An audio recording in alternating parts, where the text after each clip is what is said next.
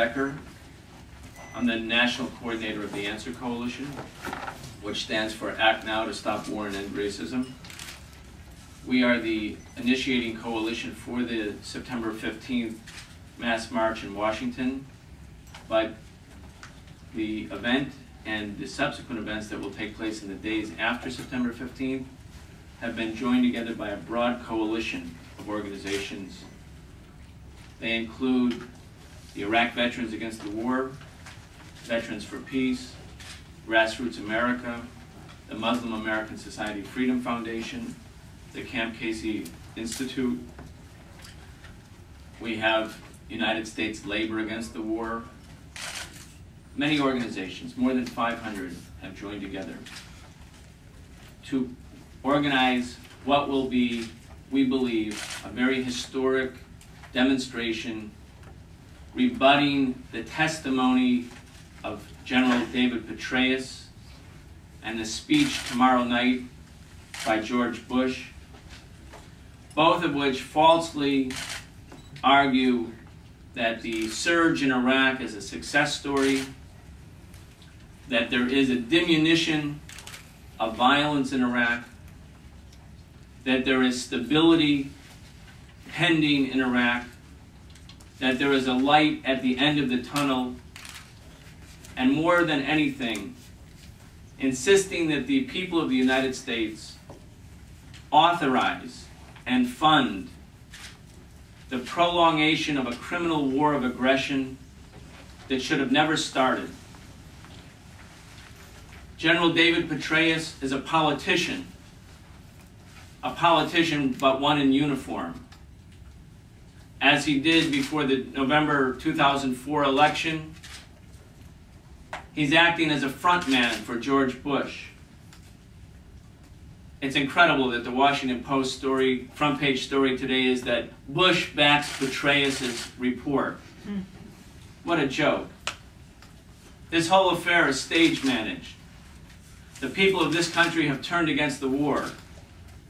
70% support the immediate withdrawal of U.S. forces.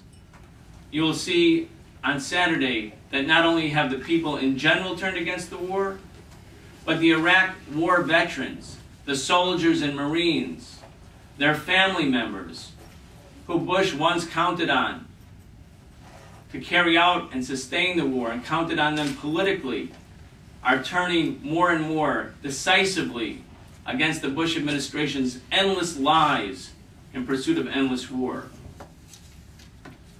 We have a panel of speakers here representing a broad cross-section of this society who will speak for about 1 or 2 minutes each about why their communities, their constituencies are mobilizing together to bring tens of thousands of people as a direct rebuttal to Bush and Petraeus this Saturday.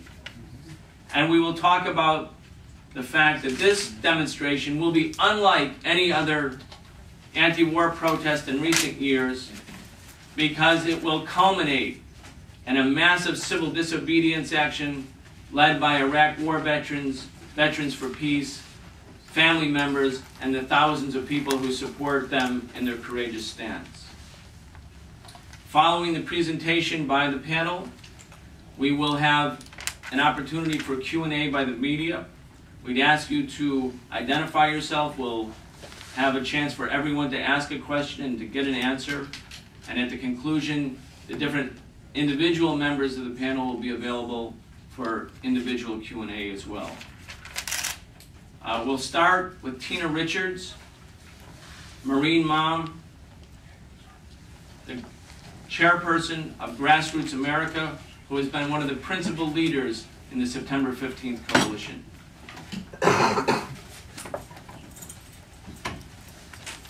First, I'd like to invite Adam up. Adam, would you like to help me put up a poster?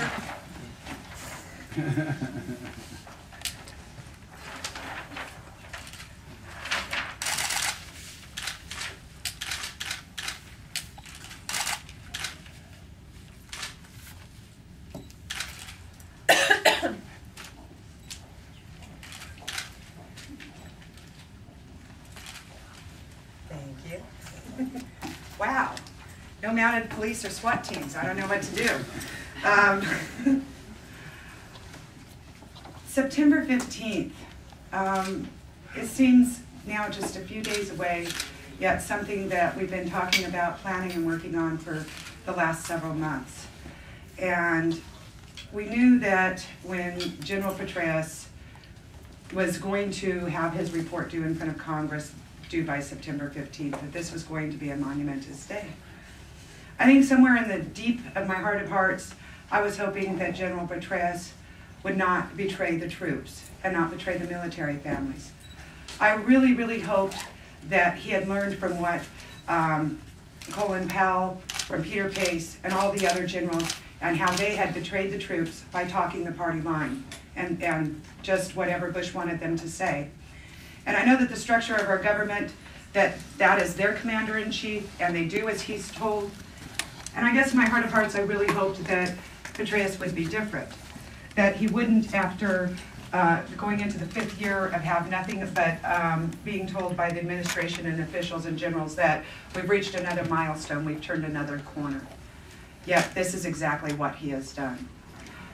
His statements of that the surge is working, that there is progress, yet none of the evidence supports this. This is simply, he's being used as another tool for the Bush administration, and the sacrifice is our troops, their families, and the innocent Iraqis that are dying because of this occupation.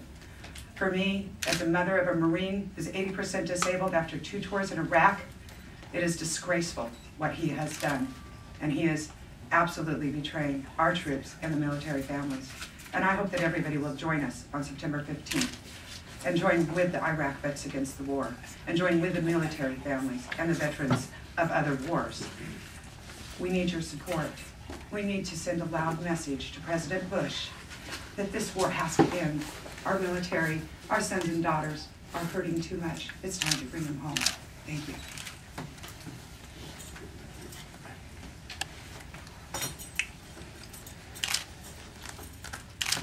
Thank you, Tina Richards, Grassroots America. Our next speaker is Mahdi Bray. Mahdi is the Executive Director of the Muslim American Society Freedom Foundation. The Muslim American Society Freedom Foundation has been launching massive campaigns in defense of Arab Americans and Muslims who have been targeted by the Bush administration and different law enforcement agencies. And he has been a principal leader in most of the major anti-war demonstrations against the Iraq War in recent years. Thank you, Brian, and good morning. Bismillahirrahmanirrahim. In the name of Allah, most gracious, most merciful. Tomorrow begins the sacred month of Ramadan for Muslims all over the world, some 1 billion plus.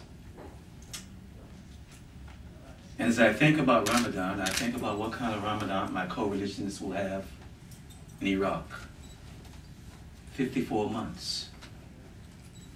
Over 300 Iraqi dead, 2 million refugees, nearly 4,000 U.S. men and women in the armed forces dead. Why? It seems that there's been no end to this war from the 1991 Desert Storm till today. People should remember that not only are we talking about 300 Iraqi dead, but we're also talking about 500,000 children who died in Iraq during the US-backed sanctions. Not against Saddam Hussein, but children. 500,000. What kind of Ramadan in Iraq? And the rhetorical question becomes why? Why are we witnessing this? Why, as Muslims, are we experiencing this? And why, as Americans, are we still having to face with this from our government? And I guess the answer goes back to the same response that Dr. King gave during the Vietnam War. He says it's the triple evils. The evil of racism, militarism, and blind materialism. And it is still with us today. And it is still at the crux of why we have this illegal war in Iraq. And it is illegal